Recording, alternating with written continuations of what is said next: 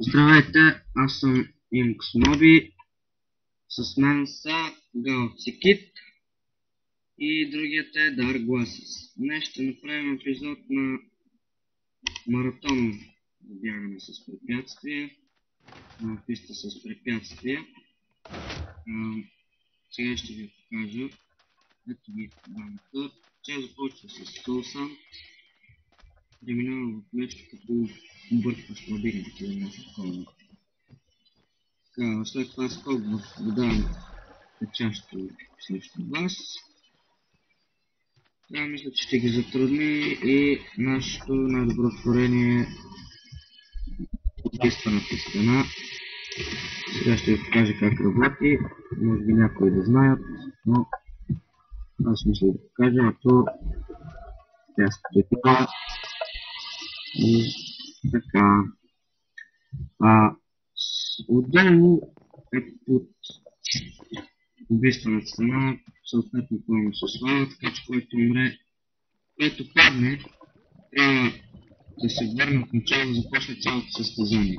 Който го премине, продължава от тук през това тунелче, където има жена. Ще се боря доста с нея, но мисля, че ще стане.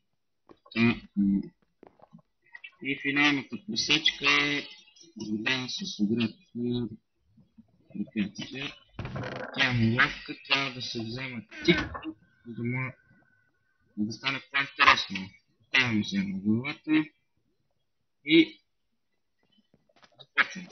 Това е последната отсечка, както казах преди малко. И последно отива и взима наградата, която не казвам така, защото е ясно. Така.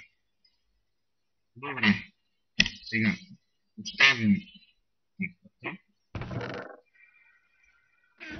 Качвам се отгоре и ще обявим старта. Готови? 3, 2, 1, старт! Така, Galaxy Kit победа. Dark Glasses го следва. Първият етап, вторият, третият етап, отиват на четвъртият етап. Сега ще ги затрудним.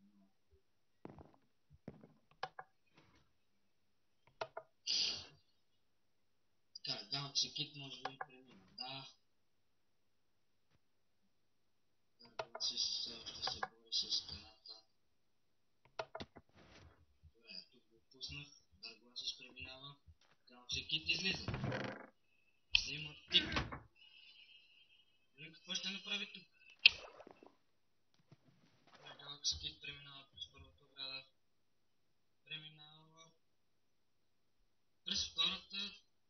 Предпоследната. Видим дали той ще е победител.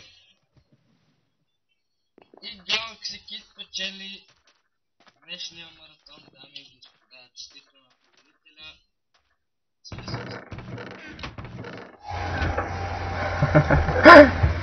Така, ето, заповядай, вътре има награда.